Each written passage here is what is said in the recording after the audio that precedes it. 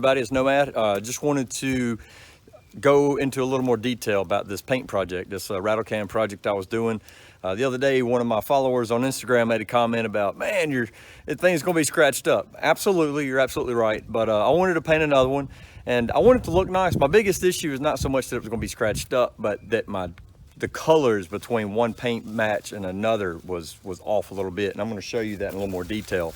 But first, let's look at the two rifles. So it's my wife's rifle that I painted a few years ago, and then the one I just finished. So this is a Bear Creek Arsenal build and a Delta Team Tactical lower, Bear Creek Arsenal upper 5.56 NATO.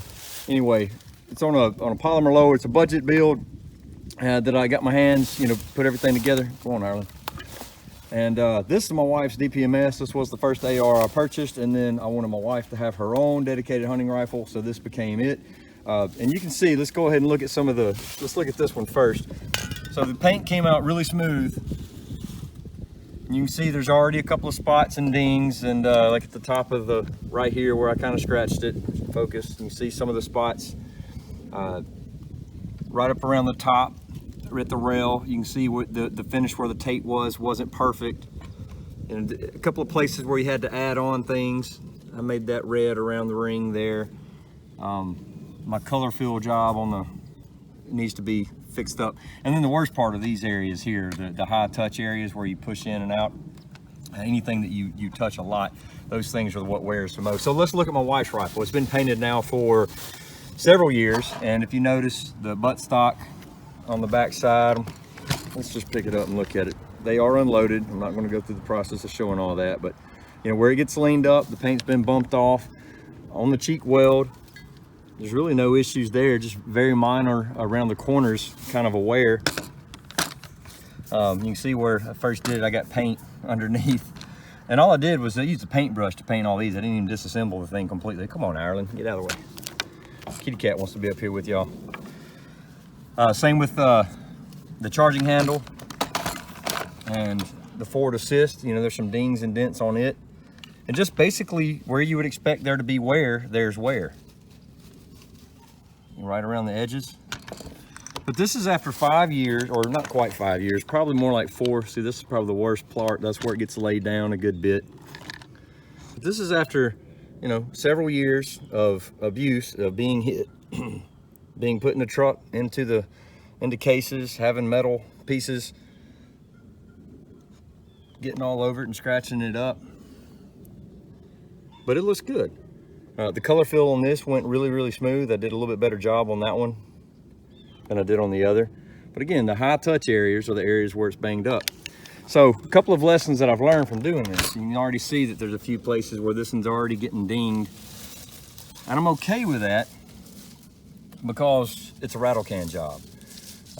I can go back and touch up if I want to, but here's the key things when doing a rattle can job. Number one, as I learned last time, make sure your paint when purchased is the same number, which mine on this previous purchase was, but also use the same can or the same 2 cans out of a batch. So buy a couple of cans at a time and try to use them all from the same. And definitely if you're going from one can to the next, just spray a little drop on a piece of cardboard or a piece of wood or whatever, piece of metal, and make sure it dries to be the same color.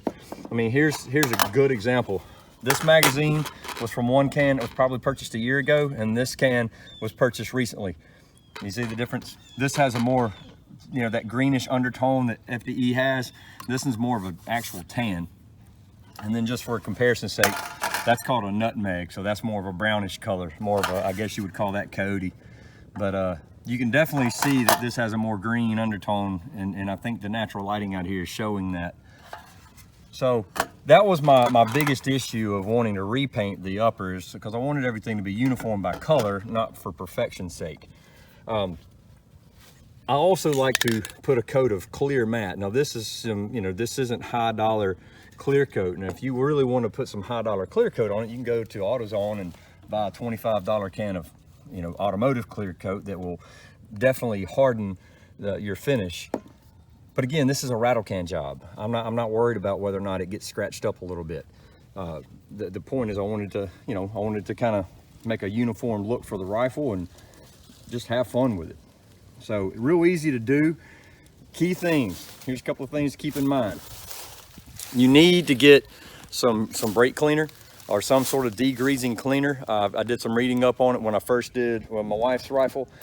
Just clean the rifle down real good, spray the degreaser on it, get all the oils and stuff off, because that's what's going to be the first and foremost in keeping the paint not adhering, is if you have too many solvents or oils or whatever on your rifle. So clean it up real good, spray it down with brake cleaner or electronic cleaner. That's the two things I use a lot. Just spray the thing, just soak it, let it dry, and then just, you know, let it air dry, make sure there's no oil, give it a good check, and, you know, do it again if you need to.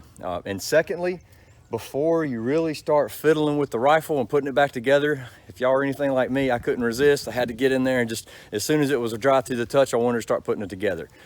If you're wanting it to have the best chance of being more resistant, then you got to let it cure. I mean, paint can dry in 15 minutes, but it ain't cured for 48 hours. So, and it's got to be warm enough to do that. My shop's kind of cool right now. It's cool down in South Mississippi, so it's going to take a little bit longer for this paint to cure.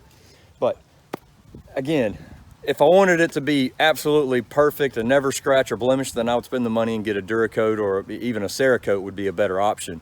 But if you're wanting something to kind of customize your budget build, that's kind of the whole point of this. This is a budget rifle. I don't want to spend the same amount on a Cerakote job that I would on the rifle itself. So, you know, you kind of weigh those options and weigh those balances. But anyway, I'd be interested to hear some of your thoughts, some of the tricks and tips that you guys have learned through doing this.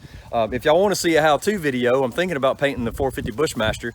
I'm probably going to do some sort of olive drab green, or maybe even some sort of camouflage, so I try to replicate that ATAC camo that I had on my Bushmaster, that Magpul furniture. I might try to replicate that. If any of y'all are interested in that, please put a comment down below. And thank you for watching. And anyway, I hope y'all have a fantastic first of the new year, and may this year, I hope this one's a whole lot better. So thanks for joining me on this short adventure, and I'll see y'all on the next one. Appreciate it. Say bye-bye, kitty. Say bye-bye, kitty. Say bye-bye. Sadie don't want to be on camera.